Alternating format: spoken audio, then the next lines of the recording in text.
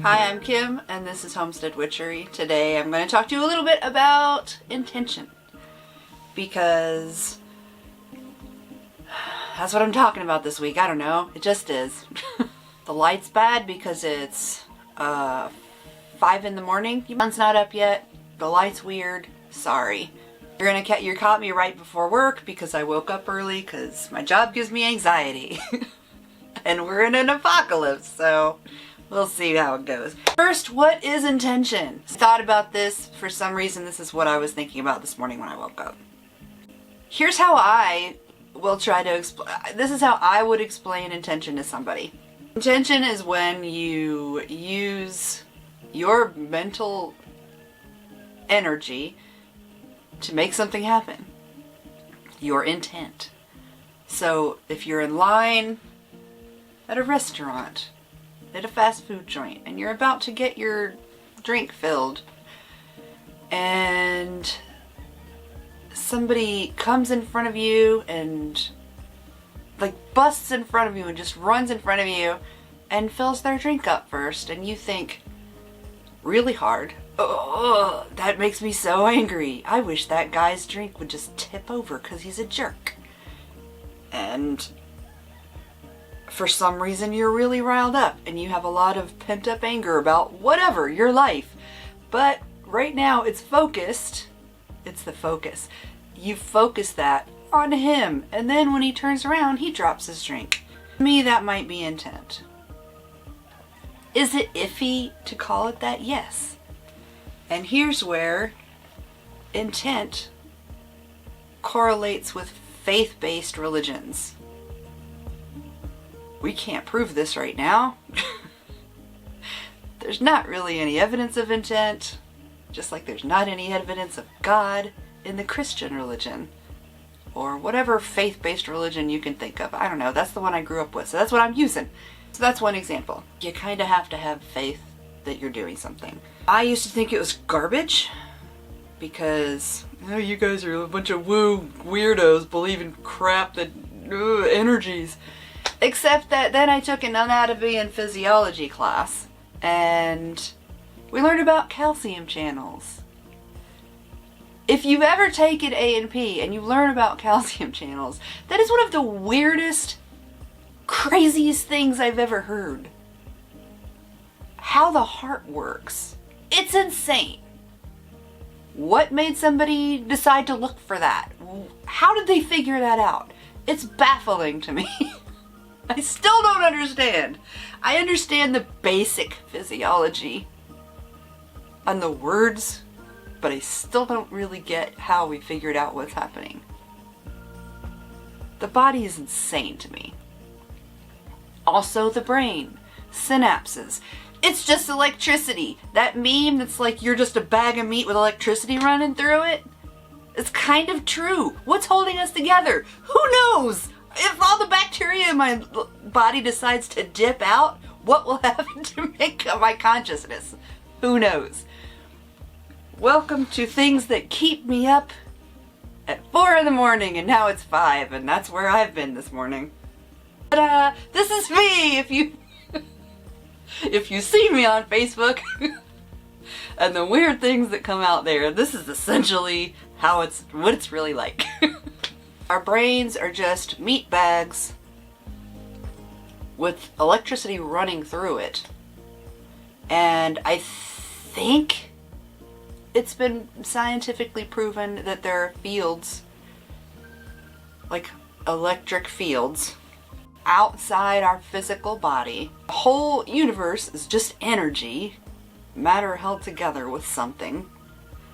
Who's to say we can't use our mental power to convert that energy to change something outside of our body? Who says we can't?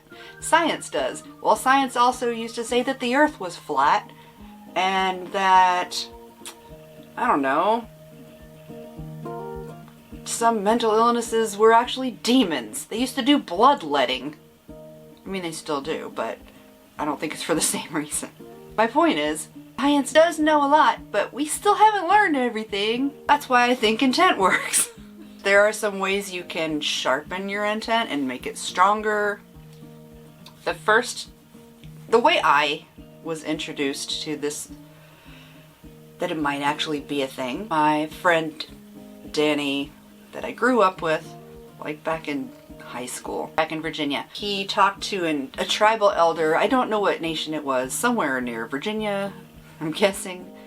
And he, right before I joined the army, we started hanging out in the Blue Ridge Mountains on this specific spot. It's magical. It's a magical spot.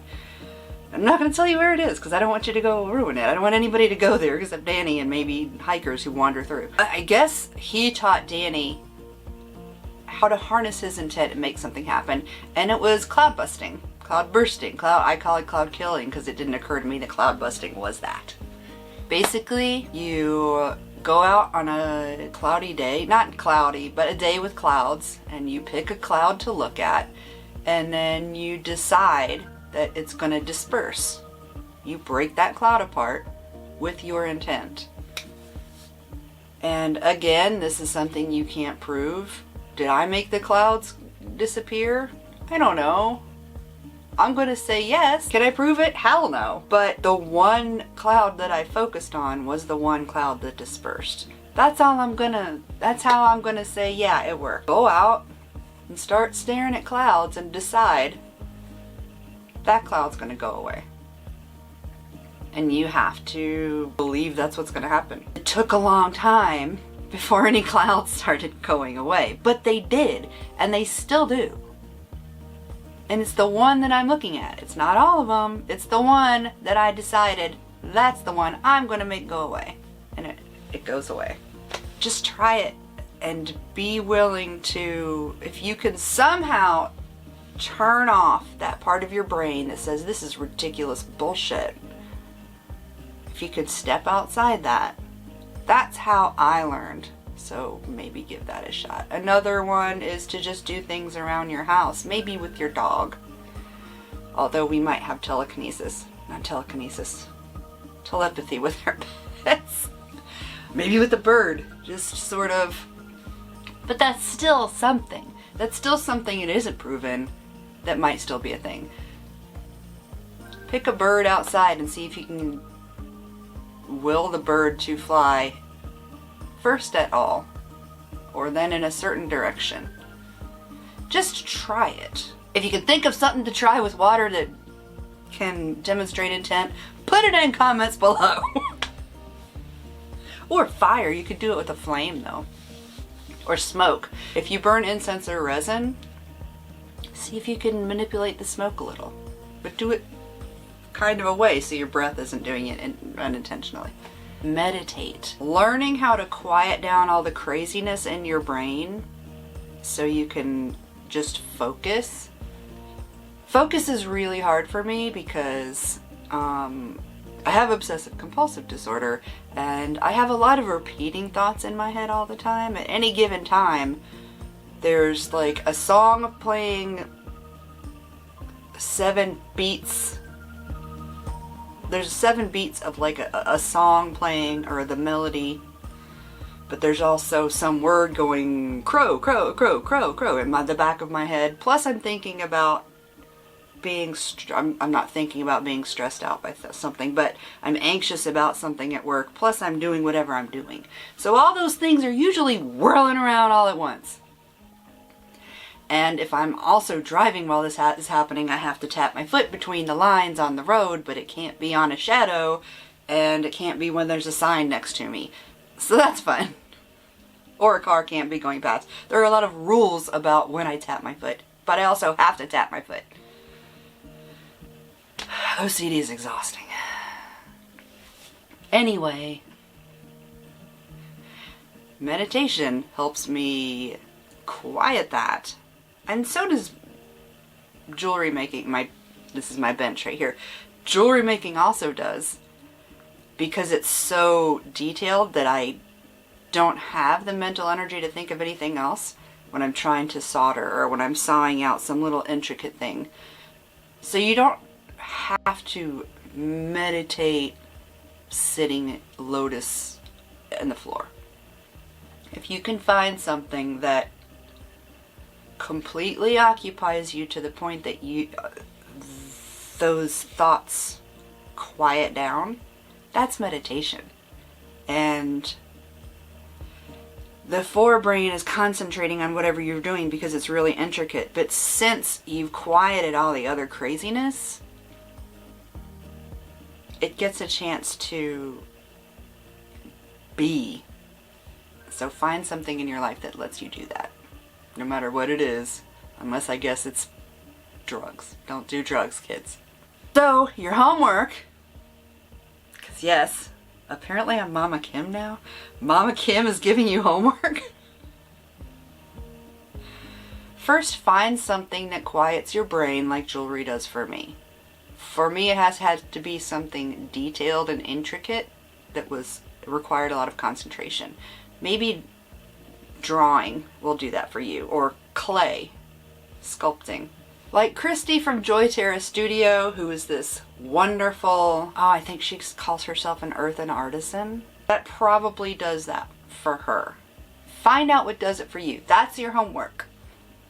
Figure out what will quiet your brain so you can work on it and concentrate while your brain calms down and starts getting into a rhythm of serenity. Once you can do that, maybe then start listening to guided meditations. I'll put one in the description box. Start listening to guided meditations. Just short ones at first because it is hard at first.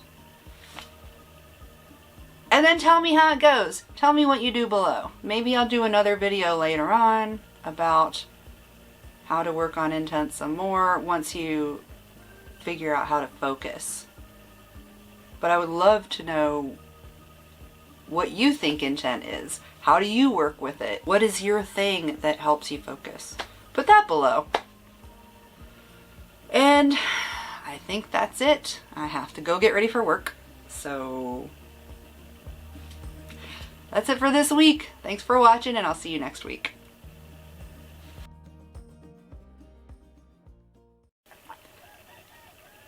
Can you hear the rooster?